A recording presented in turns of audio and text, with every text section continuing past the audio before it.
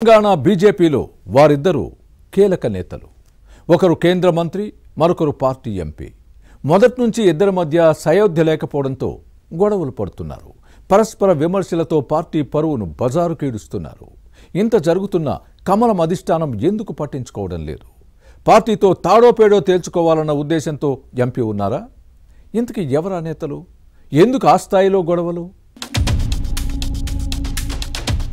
తెలంగాణ బీజేపీలో కేంద్ర మంత్రి బండి సంజయ్, మల్కాజ్గిరి ఎంపీ ఈటల రాజేందర్ మధ్య పంచాయతీ ఎప్పటినుంచో ఉన్నదే.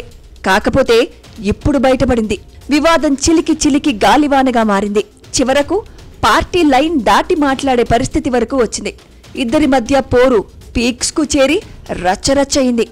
గతంలో అంతర్గతంగా కుమ్మలాడుకున్న నేతలు ఇప్పుడు బస్తీమే సవాలంటూ తొడగొడుతున్నారు.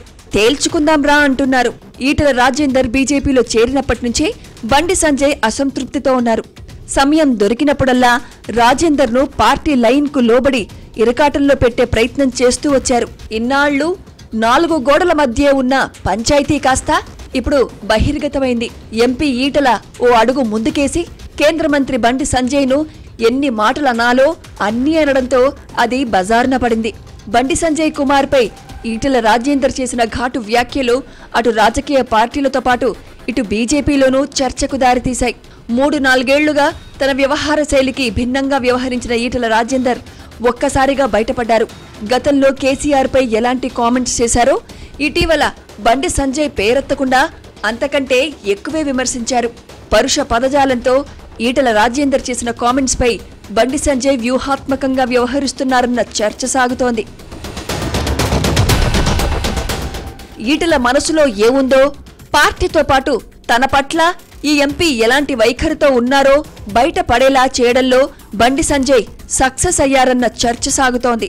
2021లో బీఆర్ఎస్ నుంచి బహిష్కరణకు గురైన తర్వాత ఈటల బీజేపీలో చేరారు. హుజూరాబాద్ ఉప ఎన్నికల్లో కమలం అభ్యర్థిగా విజయం సాధించారు. కానీ ఆ క్రెడిట్ను ఈటల వర్గం కమలం పార్టీకి ఇవ్వడానికి ఒప్పుకోలేదు. గెలుపు తన వ్యక్తిగత ఇమేజ్ అన్నది ఈటల వాదన. అప్పట్నుంచే బండి సంజయ్ మెల్లగా సెటైర్లు వేయడం మొదలుపెట్టారు. ఆ తర్వాత బండి సంజయ్ కుమార్ను బీజేపీ తెలంగాణ అధ్యక్ష పదవి నుంచి తొలగించడం, కిషన్ రెడ్డికి బాధ్యతలు అప్పగించడం లాంటి పరిణామాల్లో కొంత ఈటల రాజేందర్ కీలక పాత్ర పోషించారని బండి సంజయ్ వర్గం ఆగ్రహంతో రగిలిపోయింది. ఆ సమయంలో బండి సంజయ్పై వచ్చిన కొన్ని ఆరోపణల వెనుక ఈటల రాజేందర్ ఉన్నారని కేంద్ర మంత్రి అనుచర వర్గం భావించింది. ఇక 2023 అసెంబ్లీ ఎన్నికల్లో కరీంనగర్లో బండి సంజయ్, హుజూరాబాద్లో ఈటల రాజేందర్ ఓడిపోయిన తర్వాత కరీంనగర్, మల్కాజ్గిరి నుంచి ఇద్దరూ బీజేపీ ఎంపీలుగా గెలిచారు. అయితే ప్రధాని మోదీ క్యాబినెట్లో బండి సంజయ్కు, కిషన్ రెడ్డికి స్థానం దక్కింది. కేంద్ర మంత్రి పదవి ఆశించి భంగపడిన ఈటల రాజేందర్ అప్పుడే అసంతృప్తి వ్యక్తం చేశారు. ఇటీవల రాష్ట్ర అధ్యక్ష పదవి విషయంలోనూ ఇద్దరి మధ్య అంతర్గత పోరు పీక్స్కు చేరింది. బీజేపీ తెలంగాణ శాఖ అధ్యక్ష పదవి ఆశించిన ఈటల రాజేందర్ను పక్కన పెట్టి రామచంద్రరావుకి ఇచ్చింది. రామచంద్రరావు బండి సంజయ్కు సన్నిహితుడు. ఈ పరిణామం కూడా ఈటలకు ఇబ్బందికరంగా మారింది. ఇదే సమయంలో ఇటీవల కాళేశ్వరం ప్రాజెక్టుపై అనుకూలంగా మాట్లాడిన ఈటల రాజేందర్కు బండి సంజయ్ పరోక్షంగా కౌంటర్ ఇచ్చారు. ఈ ఎత్తిపోతల పథకంలో కమిషన్ల వరద మినహా తెలంగాణలో నీరు పారలేదన్నది బండి వాదన. ఏదైనా పార్టీ లైన్లో మాట్లాడాలని రాజేందర్కు సూచించారు. కాళేశ్వరంపై బీజేపీలో ఉన్న ఎవరైనా ఒకే స్టాండ్తో మాట్లాడాలని కౌంటర్ ఇవ్వడంతో ఈటల రాజేందర్కు ఇబ్బందిగా మారింది.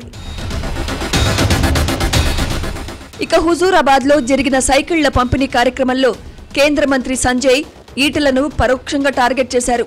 బీజేపీలో వ్యక్తిగత ఎజెండాకు అవకాశం లేదని, నేతలకు జై కొడితే పదవులు, టికెట్లు రావన్న కామెంట్స్ ఈటల వర్గాన్ని ఇరకాటంలో పెట్టినట్టయింది.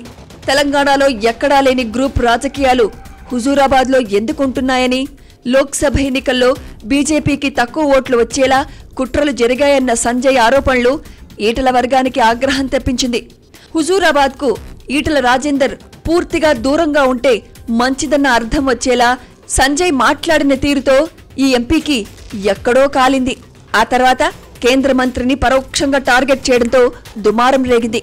ఇద్దరూ పరస్పరం విమర్శించుకోవడంతో పార్టీకి లాభం కంటే నష్టమే ఎక్కువన్న వాస్తవాన్ని మర్చిపోయి వ్యవహరించారని కమలనాథులు కస్సుబుస్సులాడుతున్నారు.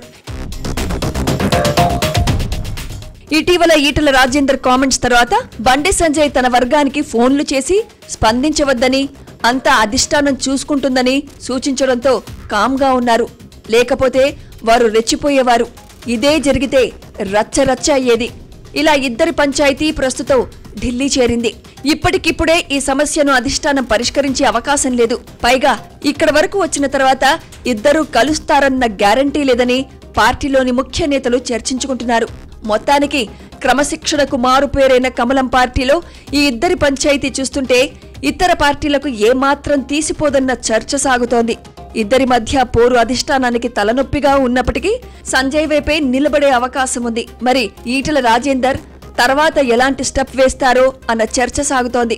ఇద్దరి మధ్య పోరుకు ఫుల్ స్టాప్ పడుతుందో లేక మరింత రచ్చ అవుతుందో చూడాలి మరి.